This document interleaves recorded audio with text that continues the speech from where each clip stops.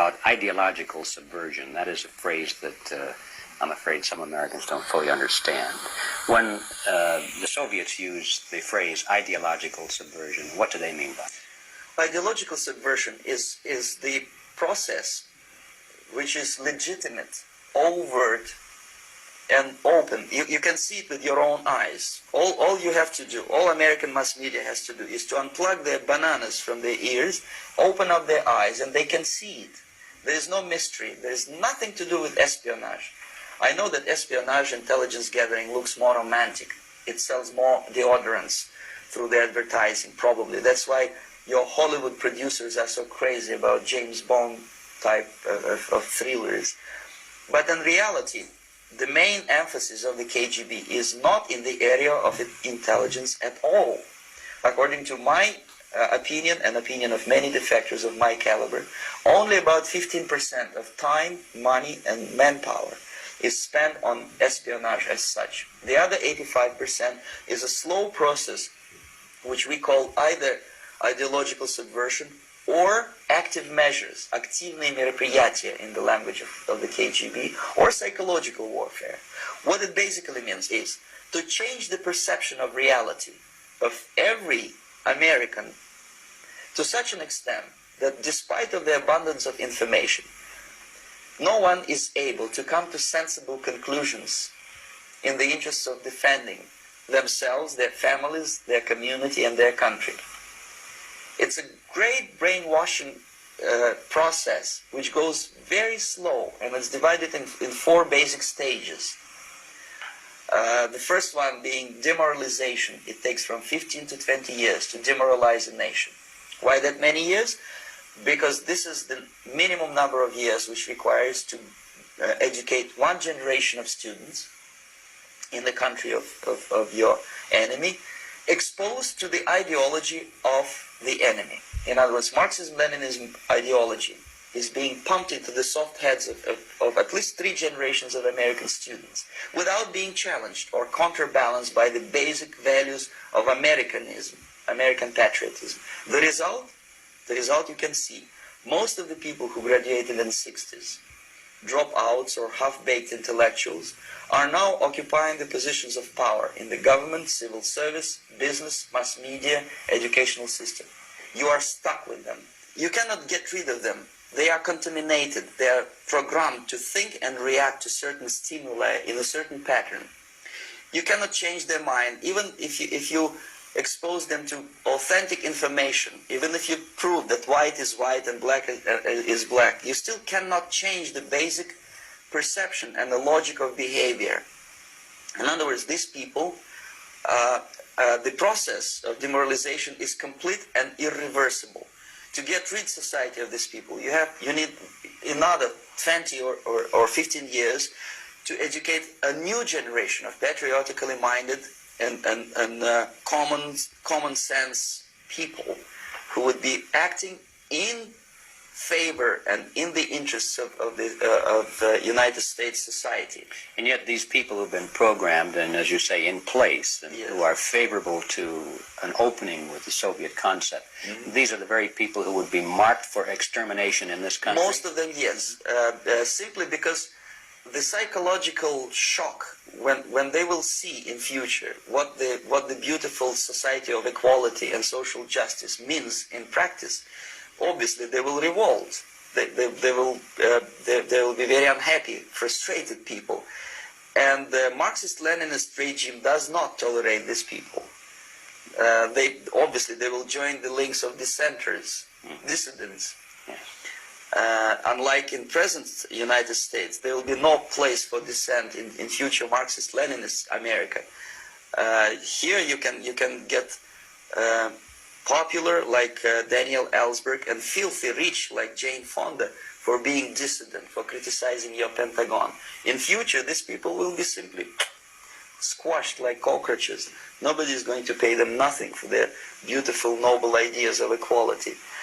This they don't understand, and it will be a greatest shock for them, of course. The demoralization process in the United States is basically completed already. For the last 25 years, Actually, it's overfulfilled, because demoralization now reaches such areas where previously not even Comrade Andropov and all his experts would even dream of such a tremendous success. Most of it is done by Americans to Americans, thanks to lack of moral standards. As I mentioned before, exposure to true information does not matter anymore. A person who was demoralized is unable to assess true information. The facts tell nothing to him. Even if I shower him with information, with authentic proof, with documents, with pictures, even if I take him by force to the Soviet Union and show him concentration camp, he will refuse to believe it until he is going to receive a kick in his fat bottom. When a military boot crashes then he will understand, but not before that. That's the tragic of the situation of demoralization. So basically America is stuck with demoralization, and unless, even if you start right now, here, this minute, you start educating new generation of Americans, it will still take you 15 to 20 years to turn the tide of ideological perception of reality back to normalcy and patriotism. The next stage is destabilization. This time, subverter does not care about your ideas and the patterns of your consumption. Whether you eat junk food and get fat and flabby, it doesn't matter anymore. This time, and it takes only from 2 to 5 years to destabilize a nation, what matters is essentials: economy, foreign relations, defense systems. And you can see it quite clearly that in some areas, in such sensitive areas as defense and economy, the influence of Marxist-Leninist ideas in the United States is absolutely fantastic. I could never believe it 14 years ago when I landed in this part of the world, that the process will go that fast. The next stage, of course, is crisis. It may take only up to 6 weeks to bring a country to the verge of crisis. You can see it in Central America now. And after crisis, with a violent change of power, structure, and economy, you have so-called the period of normalization. It may last indefinitely. Normalization is a cynical expression borrowed from Soviet propaganda. When the Soviet tanks moved into Czechoslovakia in '68, Comrade Brezhnev said, "Now the situation in brotherly Czechoslovakia is normalized." This is what will happen in the United States if you allow all these schmucks to bring the country to crisis, to promise people all kind of goodies and the paradise on earth, to destabilize your economy, to eliminate the principle of free market competition, and to put a big brother government in Washington, D.C., with benevolent dictators like Walter Mondale, who will promise lots of things, never mind whether the promises are fulfillable or not. He will go to Moscow to kiss the bottoms of new generation of Soviet assassins. Never mind. He will create false illusions that the situation is under control. Situation is not under control. Situation is disgustingly out of control. Most of the American politicians, media, and educational system trains another generation of people who think they are living at a peacetime. False. The United States is in the state of war, undeclared total war against the basic principles and the foundations of this system. And the initiator of this war is not Comrade Andropov, of course. It's the system. However ridiculous it may sound, the world communist system, or the world communist conspiracy. Whether I scare some people or not, I don't give a hoot. If you are not scared by now, nothing can scare you. But you don't have to be paranoid about it.